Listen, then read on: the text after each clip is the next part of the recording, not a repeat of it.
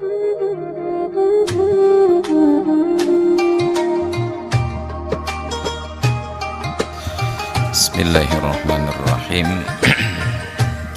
Assalamualaikum warahmatullahi wabarakatuh. Alhamdulillahi rabbil alamin. Wassalatu wassalamu ala nabiyyina wa habibina wa syafi'ina wa maulana Muhammadin asyrafil anbiya'i wal mursalin al-mab'uthi rahmatan lil alamin wa ala alihi wa sahbihi wa azwajihi wa atba'ihi ila yaumiddin. Wa qala Allah ta'ala fil Qur'anil 'azim, ya ayyuhalladzina amanu dukhulu fis silmi kaffah wa la tattabi'u khutuwatis syaitan innahu lakum aduwwum mubin. Shadaqallahul 'azim wa ballagha rasuluhun nabiyyul habibul karim wa nahnu ala dhalika minasyahidin wasyakirin walhamdulillahi rabbil alamin. Wa ba'du. Hadirin dan hadirat jamaah salat maghrib, salat isya dan pengajian yang dimuliakan Allah. Pada pertemuan yang lalu kita masuk dalam pembahasan syarat-syarat salat berjamaah. Dimulai dari yang pertama, niat berjamaah, makmuman ataupun jama'atan. Usalli fardal maghribi makmuman atau usalli fardal maghribi jama'atan misalnya. Kemudian termasuk di antara syaratnya pula yang kedua, ada mutaqaddumin ala imamin bi'aqabin, bahwa makmum tidak boleh lebih maju daripada imamnya pada tempat ia berdiri. Ukurannya adalah tumit. Tumit makmum tidak boleh lebih maju daripada tumit imam.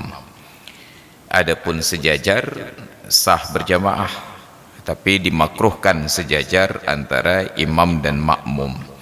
Wala yadurru musawatuhu lakinnaha makruhatun. Tidak mengapa, tidak memudaratkan, tidak membatalkan salat bila sejajar antara imam dan makmum. Tetapi posisi imam dan makmum yang sejajar itu hukumnya makruh. Kalau sudah makruh pada salat berjamaah, itu maknanya fadilah yang 27 derajat habis, hilang. Bahasa kerennya direset kembali menjadi 0. Nah, hal-hal seperti ini kadang luput dari perhatian banyak orang. Istimewanya orang-orang yang sedang menunaikan ibadah haji dan umrah. Umrah ya, bukan umroh, karena kemarin dikritik oleh BPS sebab bahasa Aceh hampir menjadi bahasa yang hilang dari peredaran. Karena di Aceh pun sudah berangkat umroh lebihnya kali umrah. Nah, apa masalahnya? Masjid Nabawi, Masjidil Haram sudah kita jelaskan pertemuan yang lalu. Masjid Nabawi itu luas. Ternyata jamaahnya lebih ramai lagi, sampai ada jemaah yang salat di luar dinding masjid. Kalaulah umpamanya ini dinding yang luas tersebut berjemaah, posisi imam di sini, ada makmum yang di luar itu posisinya lebih maju daripada imam. Dalam kondisi tersebut, makmum yang posisi tumitnya lebih maju daripada imam, apalagi sampai selangkah, apalagi sampai satu saf, maka salatnya tidak sah. Bukan jamaahnya tidak sah, salatnya tidak sah. Nah, karena dia mengikut imam yang di belakangnya. Maka disyaratkan berjamaah itu posisi makmum tidak boleh lebih maju daripada imam. Sejajar boleh, tetapi makruh. Nah, pada posisi berdiri inilah dibuat ketentuan tambahan. Disunatkan berdiri seorang laki-laki yang jadi makmum, walaupun yang seorang laki-laki itu statusnya adalah sabi. Sabi dalam bahasa Arab itu ada pemaknaan khusus. Anak-anak yang masih di dalam rahim ibunya disebut dengan janin. Janin itu bukan bahasa Indonesia. Indonesia nggak punya bahasa, hanya mengadopsi bahasa orang lain.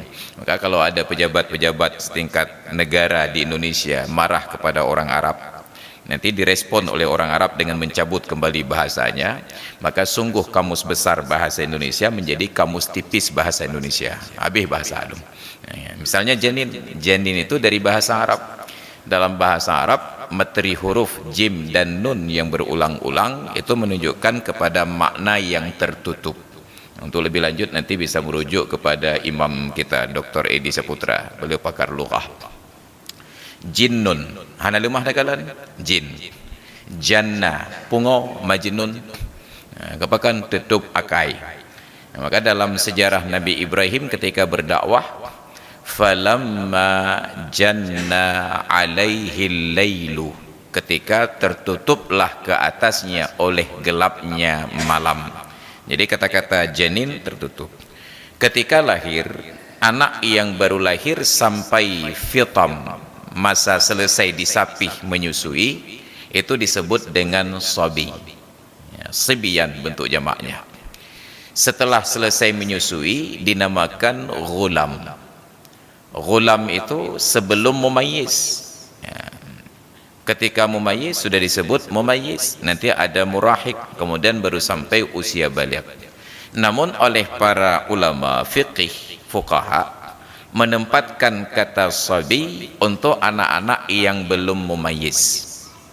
Bukan hanya sebatas sampai menyusui, sebelum dia mumayyiz itu disebut dengan sabi. Jadi sabi kalau begitu di bawah umur 7 tahun, maka terdapatlah ilustrasi salat berjamaah seorang imam dan makmumnya itu hanya anak kecil. Kita punya anak di rumah kelas 1 SD sudah sah berjamaah, tapi syaratnya dia sah salatnya, diajarkan tata cara salat. Kita masih mempersoalkan anak umur 7 tahun kelas 1 SD pada salat berjamaah. Kita hampir sepakat untuk menggugat anak kelas 1 SD berdiri di belakang imam. Sedangkan di masa Rasulullah dan para sahabat, anak kelas 1 SD sudah didaulat menjadi imam. Hanya pada zaman Nabi, zaman sahabat, anak banyak kelas 1 SD sudah jadi imam. Sedangkan di zaman kita, jangankan jadi imam, di belakang imam saja digugat. Anak banyak dong liko imam gua. Kalium sunat. Tetap pertanyaannya, kalium sunat. Sunat jadi masalah juga. Padahal namanya bukan sunat, khitan. Sunat itu dalam bahasa fikih artinya bertambah. Wa minal laili fatahajjad bihi nafilatan lak. Sebahagian dari waktu malam maka bertahajudlah bagimu sebagai tambahan. Sunat itu tambahan. Sampai ke Indonesia, sunat pengurangan. Maka orang yang disunat berarti dikurangi, bantuan yang disunat berarti bantuan yang dikurangi, apapun yang dikurangi disebut disunat. Harusnya sunat itu bertambah. Nyanpu puasa sunat berarti yang lebih bak puasa Ramadan. Tapi sampai pada praktek ura-ura okay kok nyana betul sekali. Harusnya kalau bantuan disunat bertambah bantuan. Ini bertambah juga, bertambah untuk yang memberi. Kan yang terima tambah, yang bagi terima tambah. Jadi disunatkan untuk jemaah yang hanya satu orang makmumnya. Makmum itu laki-laki. Apakah laki-laki dewasa ataupun anak kecil yang tidak ada jemaah lainnya untuk berdiri sebelah kanan imam. Kita sudah jelaskan pertemuan yang lalu dan kita nyatakan bahwa akan diulang materi ini di pertemuan ini. Nanti biar kali tengku anta kolikot. Jika terbuka akan diulang lagi. Karena ini materi yang penting sebab kita orang yang memperhatikan sholat berjamaah. Jadi kalau makmumnya hanya seorang dan jenis kelaminnya laki-laki, maka berdiri di sebelah kanan imam. Apakah makmum ini laki-laki dewasa sudah baligh ataukah makmum ini masih anak kecil? Wa illa, bila tidak berdiri di sebelah kanan imam, sunnalahu tahwiluhu lil ittiba', Disunatkan bagi imam untuk menggeser makmum yang seorang yang anak kecil itu ke arah sebelah kanan, lil ittiba, karena mengikuti praktek Nabi sallallahu alaihi wasallam. Karena ada sejarahnya dari Abdullah bin Abbas bin Abdul Muttalib. Beliau menginap di rumah bibinya Maimunah bintil Haris al-Hilaliyah. Nabi bangun tengah malam untuk salat dan Abdullah pun bangun. Ketika Nabi sudah takbir, berdirilah Abdullah di sebelah kiri Nabi oleh Rasulullah, dipegang di kepalanya, digeser ke arah kanan. Baulai gemat getulak jumlah hundan. Dan itu kita jelaskan pada pertemuan yang lalu. Nabi sedang salat dan kita tidak ragukan bahwa Nabi sangat khusyuk salatnya. Tapi khusyuk bukan berarti lupa tentang keadaan sekitar. Nyandum khusyuk salat Nabi tapi teringat ada makmum yang seorang hanya berdiri sebelah kiri, dipegang di kepalanya, didorong ke kanan. Fa'adarani ila yaminihi, maka diputarlah saya ke sisi sebelah kanannya. Bagi orang Arab, pegang di kepala tidak ada masalah. Kalau sempat kita salat lalu anak kita ikut berjamaah berdiri di sebelah kiri, tamat baulai tertulak ke dia, nyan tampian tengok hajat mayang dia. Bro tak kaya, baulai ke man. Nyan medum yahmat ulai tang enan bingkeng je. Bagi orang Arab, pegang-pegang kepala tidak ada masalah. Maka bermasalahlah bagi kita ketika prosesi santunan anak yatim, tetap santunan anak yatim diikuti dengan usap-usap kepala. Nya lepas hek tak protes hang boleh-boleh penyakit nanti. Kenapa? Karena yang mencontohkan urang-urang malim. Hanya karena terjemahan harfiah, barang siapa yang mengusap kepala anak yatim, maka setiap lembar rambut yang tersentuh oleh tangannya adalah sebuah kebaikan. Diterjemahkan harfiah gugusuk boleh. Dia kenang kalau pemahamannya seharfiah itu, harusnya anak-anak yatim yang perempuan yang pakai penutup kepala apa ya uploh oleh. Aplah jilbab lehnya, hanya biar pahala ke.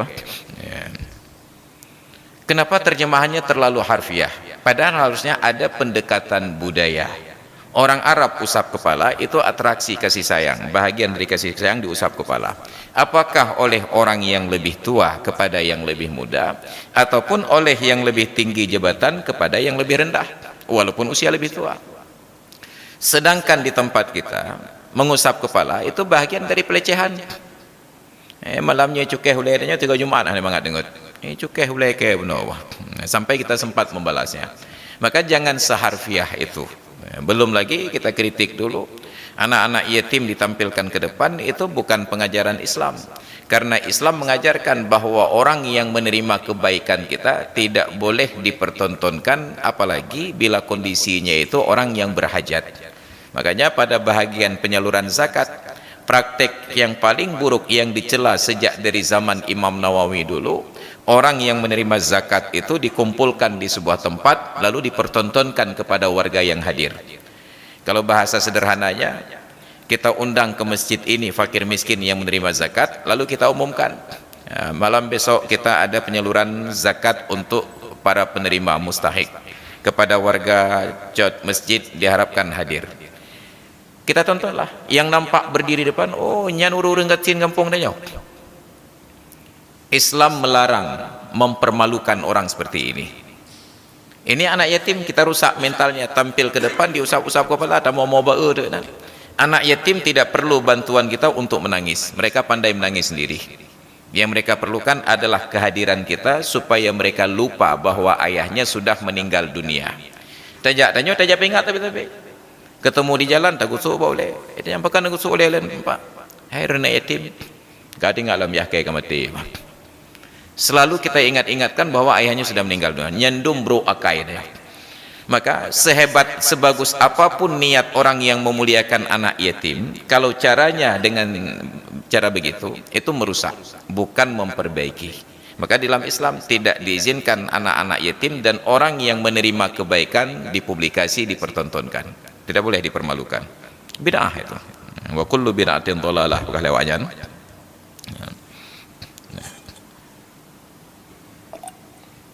Diputar ke sebelah kanan. Itu lil ittiba. Jadi jamaah yang satu orang laki-laki dewasa atau anak kecil di sebelah kanan, mutaakhiran anhu qalilan, agak sedikit mundur dari posisi imam. Apa kadarnya? Bi an tata'akhkhara asabi'uhu an aqbi imamihi, bahwa posisi jari kaki makmum itu berada di belakang tumit imam. Andai kata ini tumit imam berdiri menghadap kiblat ke sana dan ini ujung kaki makmum, maka posisinya di sini. Sedangkan yang dipertontonkan oleh sebagian kawan-kawan kita ini berdiri berdamping-dampingan. Sah, jangankan agak mundur begini, sejajar pun sah. Tapi yang diajarkan adalah posisi ujung kaki makmum berada di belakang tumit imam, berdekatan. Wa kharaja bidzakari al-untha, keluar dengan keterangan kata laki-laki, yaitu perempuan. Fataqifu khalfahu ma'a mazidi ta'akhurin, maka untuk jamaah yang imamnya laki-laki dan makmumnya seorang perempuan, makmum yang perempuan ini berdiri lebih mundur lagi daripada laki-laki, satu saf di belakang imam. Dan kita ingatkan pertemuan yang lalu, hanya mungkin terbayang salat berjamaah seorang imam laki-laki dan seorang makmum perempuan apabila jamaah tersebut adalah suami istri, lako wajid ke imam, perumah je ke makmum, ataupun mahram, orang tua dan anak, adik dan abang, abang dan adik.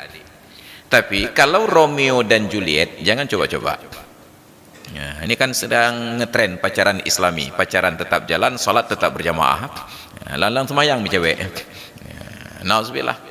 Itu tetap maksiat. Sedang salat Pak Ustaz, tengah semayang berkah yuk. Kenapa? Karena itu pelecehan syariat. Orang yang sedang bermaksiat melakukan salat, padahal salat mencegah dari perbuatan keji dan mungkar. Nya tengah hipu keji, tengah hipu mungkar, tengah semayang, maka mula-ula habutnya. Ini perbuatan memperolok-olok syariat walaupun terlihat keren dan bagus. Ini masalah kita. Jadi hanya terbayang seorang imam, seorang makmum laki-laki dan perempuan apabila suami istri atau ada hubungan mahram. Thumma ba'da ihram fa in jaa dzakarun akharu ahrama an yasarihi. Dalam posisi imam satu orang laki-laki, makmum satu orang laki-laki, berdiri di sisi sebelah kanan sedikit mundur, datang orang laki-laki yang kedua, dia takbiratul ihram di sebelah kiri imam. Imam jadi diapit di tengah-tengah. Ahrama an yasarihi, dia takbiratul ihram di sebelah kiri imam. Ini orang laki-laki jemaah yang kedua yang datang. Dia takbiratul ihram sebelah kiri imam, bita'akhurin qalilan, dengan sedikit mundur ke belakang. Setelah selesai takbiratul ihram, ta'akhkhara anhu nadban, dua-dua makmum ini mundur satu saf di belakang. Hukumnya sunat. Jadi ini satu orang imam, makmumnya hanya satu orang laki-laki, berdiri di sampingnya. Datang makmum yang kedua, berdiri di samping kirinya. Takbiratul ihram, begitu selesai takbiratul ihram, dua-duanya mundur ke belakang. Tidak diajarkan tentang cukis-cukis. Ini akan cukeh le. Kalau sempat yang dicukeh letah, up, ngangai mum terkejut, up, kan? Jadilah salat up. Mundur itu sunat. Bagaimana bila mereka bertahan? Yang ini sudah benar posisi berdirinya karena sendiri di sisi kanan imam mundur sedikit. Yang kedua ini paham, maka dia berdiri di sini. Tapi ketika dia mencoba melangkah mundur, tidak tergerak, terlihat pergerakan yang sebelah kanan. Kalau begitu jangan mundur, tetap bertahan di sini. Karena mundur itu tidak wajib, hanya sunat saja. Maka ilmu tentang salat berjamaah itu adalah kesepakatan bersama. Sifatnya universal. Itu sama seperti aturan berlalu lintas. Asal nyala lampu kuning ke kanan, itu artinya kendaraannya akan belok kanan di belahan dunia manapun, mulai dari Cot Keung sampai ke Antartika. Ataihu lampu kuning belahunan, itu pertanda akan belok ke kanan. Kalau ke kiri berarti akan belok ke kiri, kecuali dunia ibu-ibu. Itu yang berbeda sedikit. Belum ada jaminan. Itu kesepakatan internasional. Tapi di Aceh diubah kesepakatan, dipasanglah lampu sen itu. Sen itu dari bahasa Inggris, sign, signal, tanda. Itu yang cik sen juga dah begah. Lagi naro juga. Sebagaimana ada diri. Diubah dari warna kuning menjadi warna terang.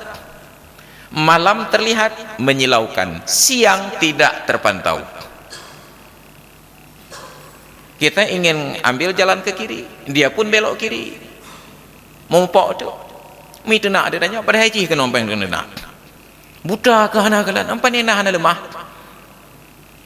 Makanya yang modifikasi lampu kenderaan, lampu sein dari kuning menjadi putih nyan kahanakai jahana utak menyuhanakai je dah peruno mau menyuhana utak ho dapat.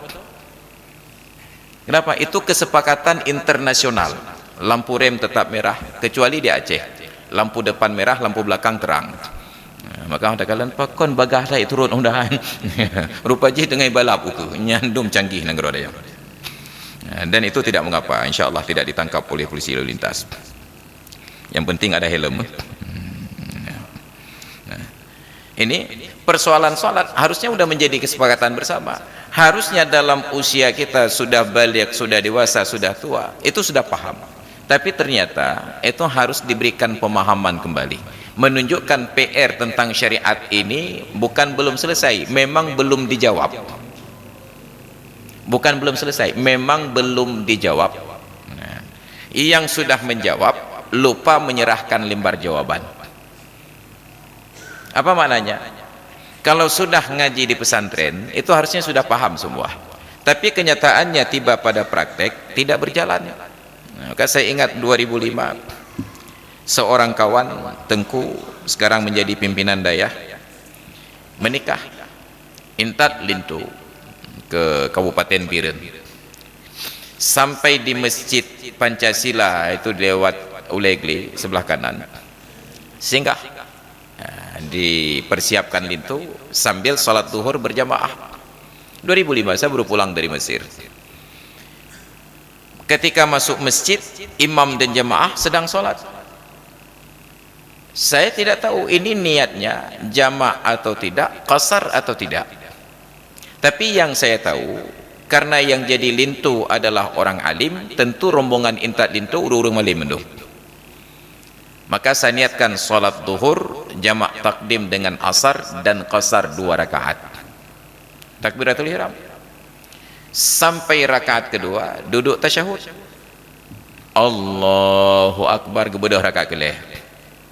Kapri dia. Bayangkan kalau orang-orang alim saja satu rombongan tidak berani solat qasar, padahal dari Banda Aceh berangkat ke Biren nyan bakso dah harap qasar solat. Ada orang yang belum menjawab pertanyaan PR, ada orang yang sudah tulis PR, sudah tulis jawaban PR tapi tidak diserahkan ke guru. Ini penyakit kita. Ilmu hanya untuk dipelajari, bukan untuk dipraktekkan.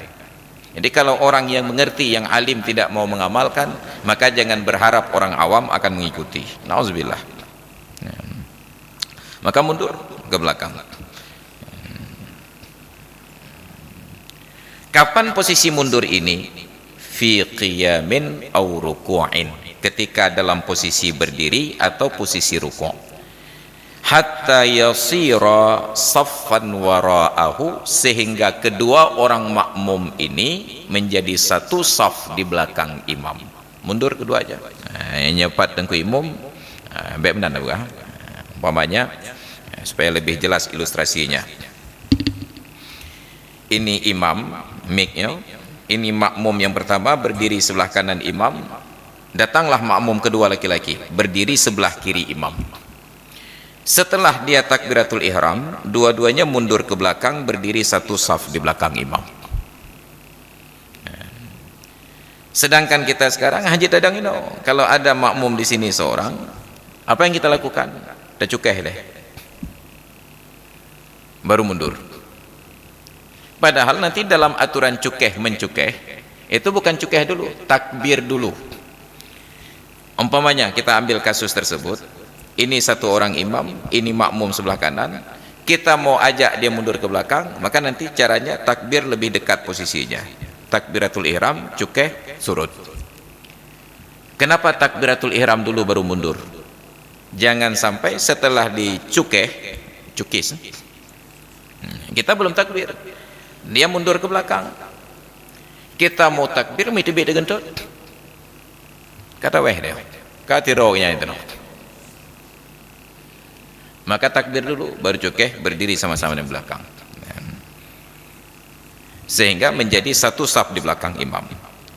Wa wuqufu rajulaini jaa ma'an aw rijalun qasadul iqtida'a bimusallin khalfahu saffan.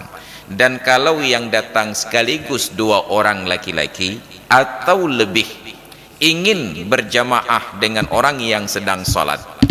Ini seorang pria sedang salat, datanglah dua orang pria ini sekaligus, mereka berdiri khalfahu, di belakangnya satu saf. Kalau tadi berbeda, hanya dua orang, imam satu, makmum satu. Makmum yang sendiri berdiri sebelah kanan imam, datang makmum kedua berdiri sebelah kiri imam. Setelah takbir dua-duanya mundur. Kasus kedua, nyepat makmum belah notiro bantamong la masjid, kalian orang sembahyang ino juga dong, satu saf di belakang imam bersamaan. Wa nudiba wuqufun fi saffi awwalin, dan disunatkan berdiri pada saf yang pertama. Apa itu saf pertama? Wa huwa ma yaliyal imama wa in takhallalahu mimbarun aw amudun, yaitu saf yang mengiringi imam sekalipun diselangi oleh mimbar ataupun diselangi oleh tiang. Syukurlah ini imam berdiri sini, enggak ada penghalang. Bayangkan andai kata imam gaya pedang tinau, ternyata mimbar ini agak mundur ke belakang. Saf yang pertama itu yang di belakang imam, ada mimbar sebelah sana, tetap saf yang pertama. Dapur surutlah di belakang tu saf pertama, di belakang imam ketemu tiang, tetap di belakangnya saf yang pertama. Tidak putus saf karena mimbar, tidak putus saf karena tiang.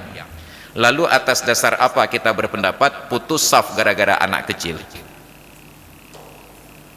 Sebagus-bagusnya mimbar dan tiang, tidak ada perintah salat kepada tiang dan mimbar.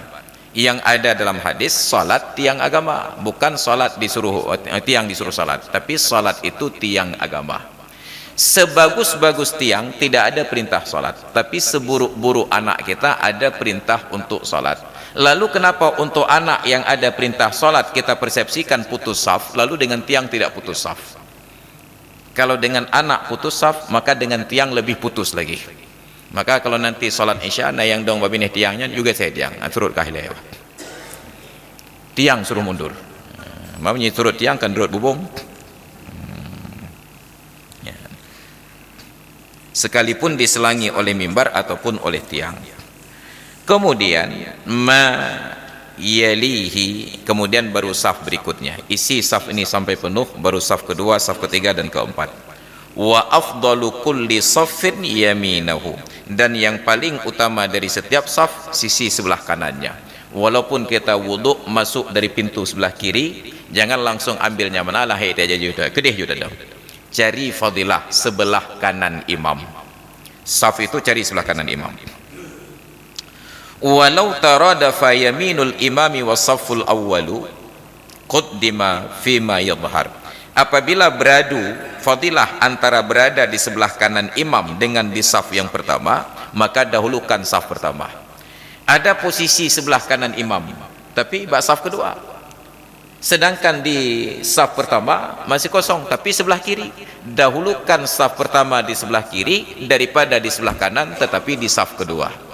Maka ada prioritas saf itu, yang pertama saf pertama, yang kedua sebelah kanan imam, yang ketiga dekat dengan imam.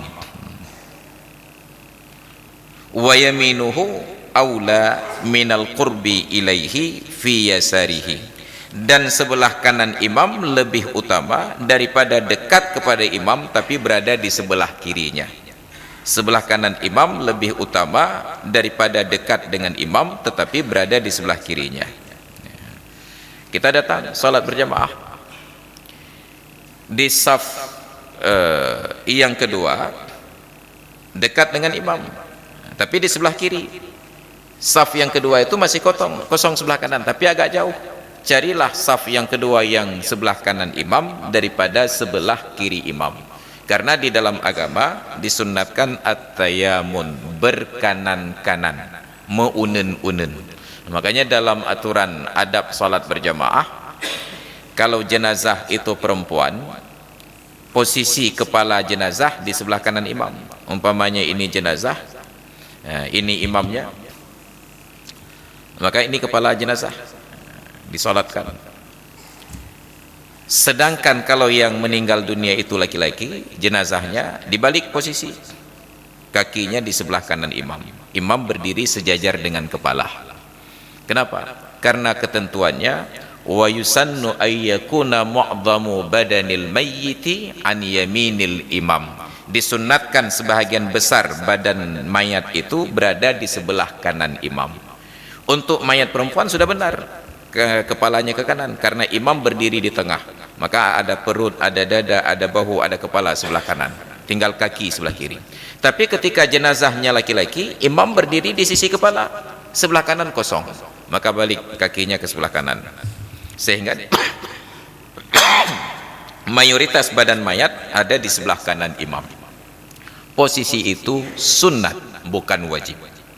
Maka kalau nanti ada yang meninggal dunia, mau disalatkan jenazah, tanya dulu, nyo agam pinang, agam tengku, om nyo agam balik aki kedai belahunan. Hana kamu cik dari cik-cik tu kali kenyo temayang. Nah, kalau sudah dari cik-cik tu kau kemenan aja. Jangan dipaksa lagi. Kalau dipaksa, menyohani pudu aki belahunan hanggu temayang. Kalau itu yang kita lakukan, bertambah jenazah. Itak tengkunya terotek mati lah ya. Bruno yang kawan-kawan. Maka yang sunat-sunat jangan terlalu ngotot bertahan. Kita bertoleransi lah lebih kurang, yang penting wajibnya berjalan dulu. Ada aulawiyat. Tugas kita hanya menyampaikan, kecuali apabila praktek tersebut tidak sah, maka tidak boleh diam apalagi sampai berpangku tangan.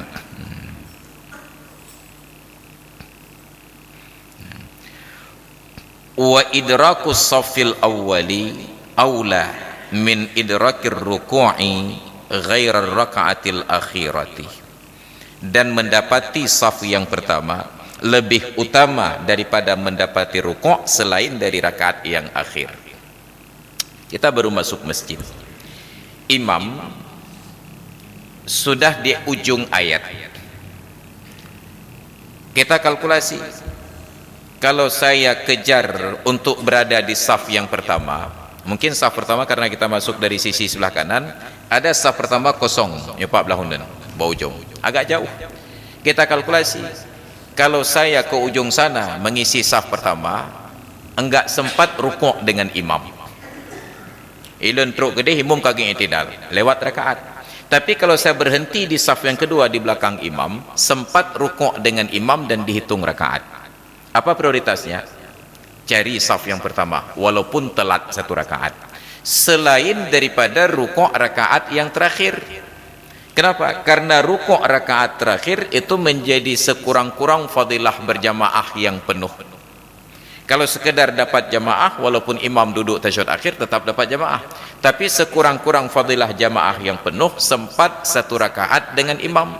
Dan satu rakaat itu dihitung apabila sempat paling telat rukuk dengan imam pada rakaat yang akhir. Ini imam sudah rakaat terakhir, ada saf yang kosong pada saf yang pertama, tapi kalau kita ke sana imam i'tidal, maka berdirilah di saf yang kedua yang sempat rukuk dengan imam. Ruk kenan ku Bruno hanci dadim bubun. Amma hiya, adapun rukuk rakaat yang terakhir, fa inna fautaha, maka sesungguhnya luputnya rakaat yang akhir, qasdi saffil awal, fa in fawwataha, itu ya, ghaira rakaatil akhirati amma hiya fa inna fautaha qasdan as-saffil awwali fa idrakuha aula min as-saffil awwali. Adapun rukuk rakaat yang terakhir, maka sesungguhnya luputnya rukuk rakaat yang terakhir secara sengaja karena mencari saf yang pertama maka mendapatkan rukuk yang rakaat terakhir lebih utama daripada saf yang pertama tadi.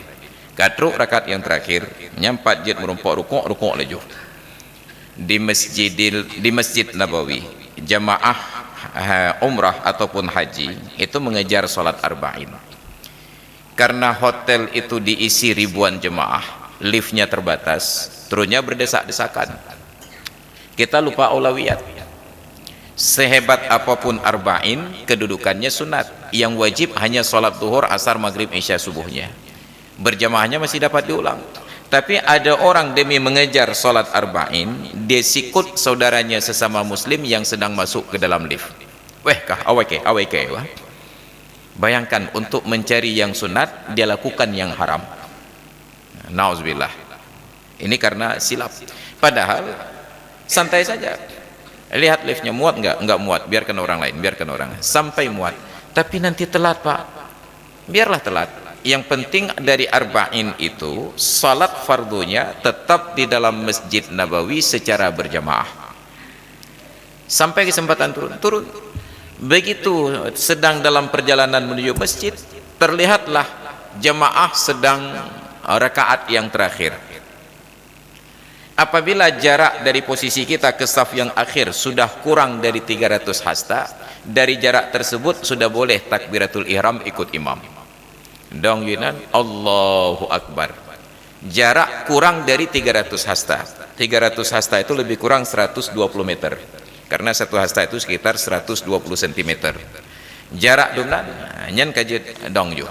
Takbiratul ihram dan ikut imam. Dapat jamaah, dapat salat arba'in. Tetapi lebih bagus lagi tunggu berjalan sampai masuk ke dalam masjid dan ajak orang-orang lain yang belum salat untuk berjamaah. Wa kuriha lil ma'mumin infiradun anis saffil ladzi min jinsihi in wajada fihi si'atan bal yadkhuluhu. Dan makruh bagi seorang makmum infirad, seorang diri, anis saffil ladzi min jinsihi, dari saf yang sama jenis jemaah dengan dirinya, in wajada fihi sa'atan, apabila ia dapati tempat ataupun ruang di dalam saf itu tadi, bal yadkhuluhu, maka seharusnya ia masuk ke dalam saf tersebut. Safnya udah penuh, OBB pah. Datanglah satu orang makmum, sama-sama laki-laki, gedang tiro pada saf yang baru, makruh. Harusnya dia coba untuk masuk dalam saf yang ada, dan orang dalam saf yang ada itu membantu dia mendapatkan ruang. Menantra sana yang kena temong, berikan ruang, geser. Tapi itulah cerita kita kemarin, penyakit kau lalang sembahyang itu kah? Jangankan yang sempit dilapangkan, justru yang lapang disempitkan. Bukankah itu yang saya ceritakan dulu di sebuah masjid kecamatan Kota Alam, beda begah dah masjid je, Malaysia panitia masjid itu.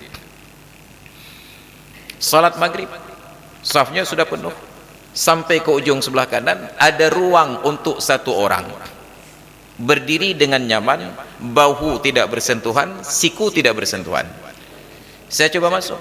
Ternyata jemaah laki-laki yang paling ujung tersebut kakinya dikangkang. Gepang lagi. Kan gepang karena trolen cikawai gepang. Harusnya ketika tahu saya masuk, dirapatkan sedikit kakinya. Tapi hana mungkin saya tetap lagi nyandung khusyuk ke, alih nyandung ke. Maka berdiri saat tegak dengan kaki rapat. Bayangkan itu posisi yang sangat labil. Punya kuda-kuda hana payah ada drum, ada peruh nak rebahan. Rapat kaki. Kaki benar tu bayang. Badan tihai benar macam. Rukuk dia lihat kaki saya rapat, tapi dia tidak bergeser, tidak beranjak sampai sujud. Begitu bangkit rakaat berikutnya, lundahong jo bawa ni coha lan. Nah, itu kan mak kuai boleh. Ya, hanya menyahana awai dan itu geser lah. Makanya penyakit kuai itu menular. Ya, bayangkan nyan naruweng dapat sempit, petuknya sempit dapat ruweng. Makanya dalam Al-Qur'an kata Allah Taala, ya ayyuhalladzina amanu idza qila lakum tafassahu fil majalisi fafsahu yafsahillahu lakum. Wahai orang-orang yang beriman, apabila dikatakan kepada kalian berlapang-lapanglah di dalam majlis, maka berikan ruang, niscaya Allah lapangkan kehidupan kalian.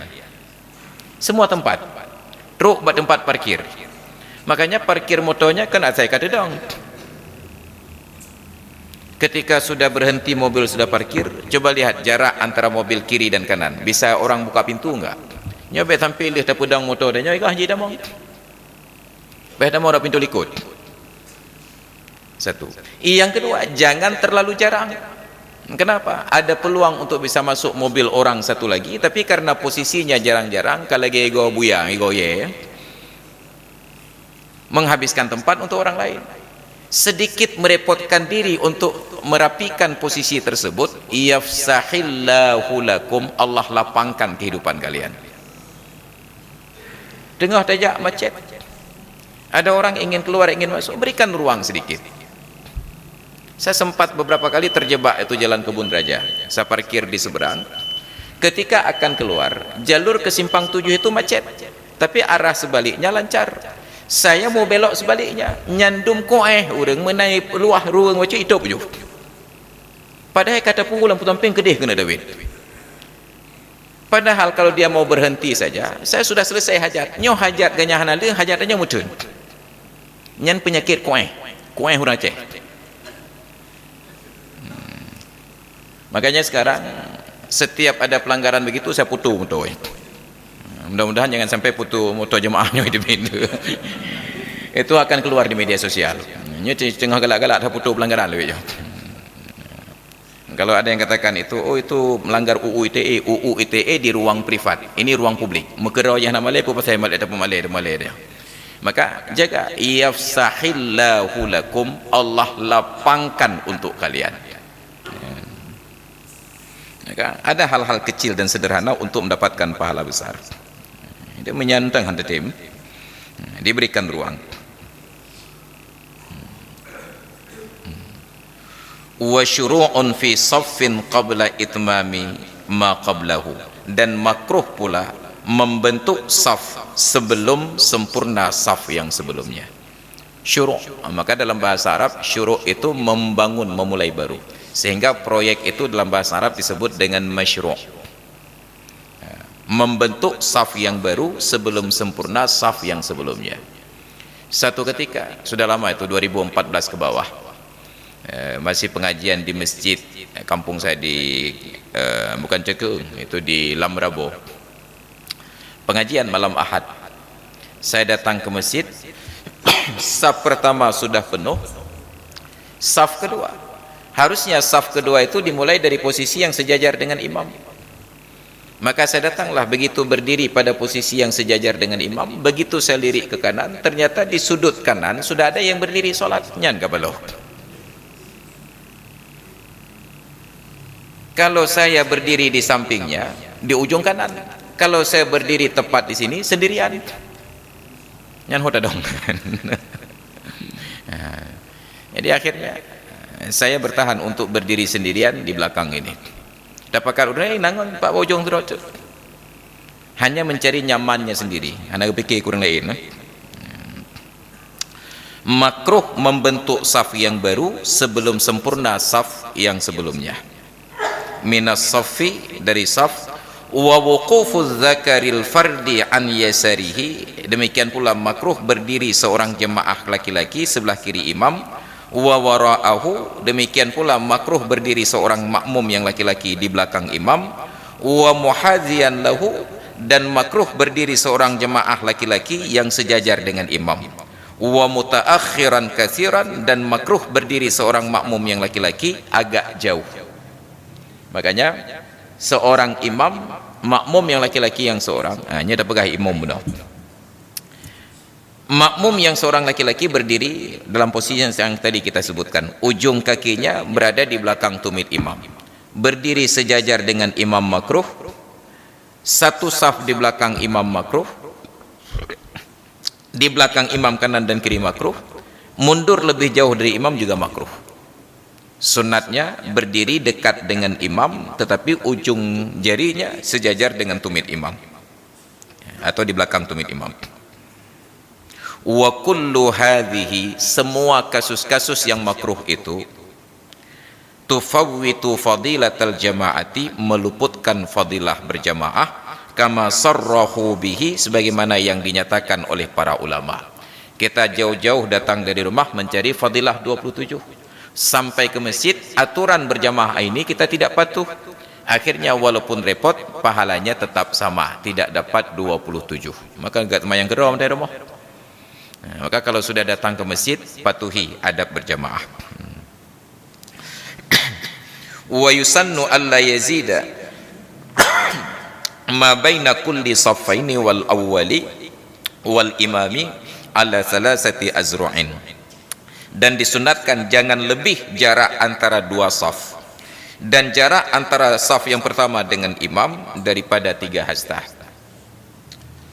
Di beberapa tempat umpama haji nyo saf yang pertama nyen imam magaji kuy buduk nama leher jengkai, jarak lebih maju dari posisi ujung saf yang terdepan. Sunatnya makruh apabila disunatkan bahwa jarak antara satu saf dengan saf berikutnya tidak boleh lebih dari 3 hasta. Hastanya kan dari tingkat rubah ujung jarum dikali 3, nyadanya hanya truk leher. Sunat tidak lebih daripada 3, baik dari satu saf ke saf yang kedua ataupun dari saf yang pertama dengan posisi imam. Sunat jangan lebih daripada 3 hasta. Wa yaqifu khalfal imami ar-rijalu, dan berdirilah di belakang imam yang pertama jamaah laki-laki. Thumma as-sibyanu, kemudian anak-anak. Thumma an-nisa'u, kemudian orang perempuan. Agam, imum, saf agam, saf anumid, saf urinang. Yang paling menarik, wala yu'akhkharu sibyanu lil balighina, tidak dimundurkan anak kecil karena orang dewasa yang datang kemudian. Aturan dari Nabi, liyaliyani ulul ahlami wan nuha, hendaklah yang mengiringi saya itu orang yang sudah baligh. Apabila datang bersama orang dewasa dan anak kecil, di depan orang dewasa, di belakangnya anak kecil. Tapi kebiasaannya anak kecil lebih cepat datang ke masjid daripada orang dewasa. Bahkan anak mit bak galak mengkengken amin.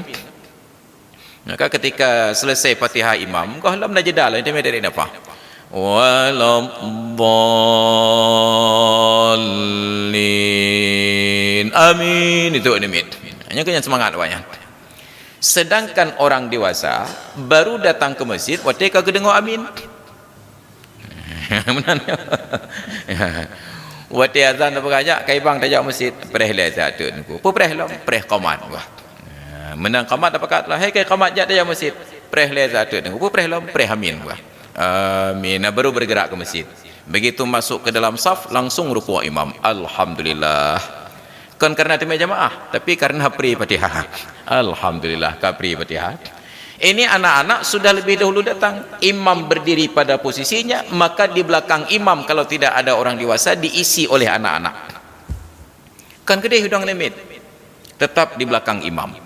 Datanglah orang dewasa belakangan, tidak boleh anak kecil ini dimundurkan. Dong urang agam likut. Sedangkan yang kita praktekkan selama ini, walaupun anak kecil datang cepat, tetap posisi mereka yang paling belakang, dan mereka tidak diperlakukan secara manusiawi. Oh, tatanya yang babi kai masjid, yang bekal ikut tat anak bawang nengku.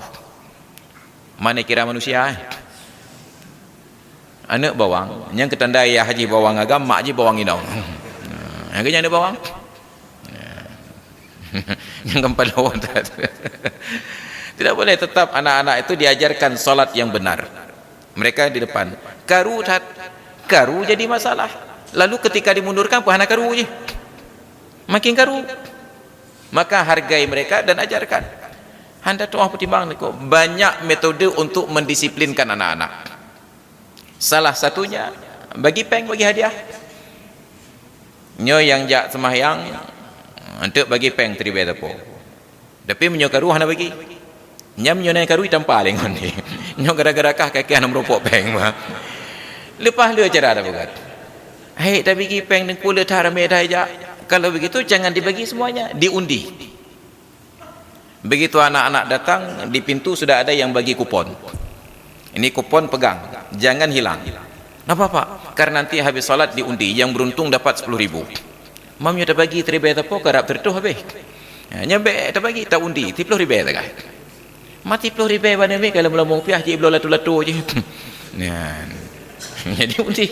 Begitu selesai, laki nomornya. Sudah selesai solat dengan tenang. Ada apa? Jangan ribut. Kalau ribut enggak jadi diundi. Solatlah dengan tenang. Begitu selesai, pakai jubah ruang lain. Mbak kena nomor undian. Tulis nama di belakang. Undi itu. Oh, cipulan, cok 10.000. Nyai pakat ngon dalam mereka. Lepas le cara ataupun disiplin anak mit. Tapi tidak termasuk di dalam kiatnya memposisikan mereka paling belakang. Yang kan pengkhianatan kan anak mit.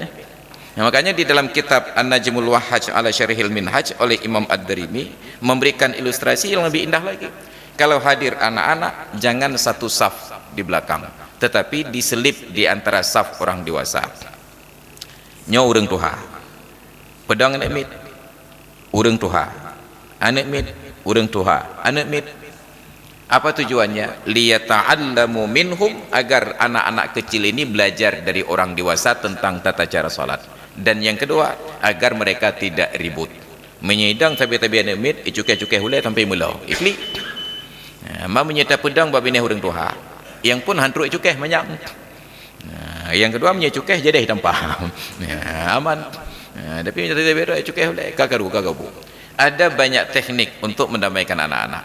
Makanya anak-anak itu jangan disuruh ke masjid. Ingat, anak-anak jangan disuruh ke masjid.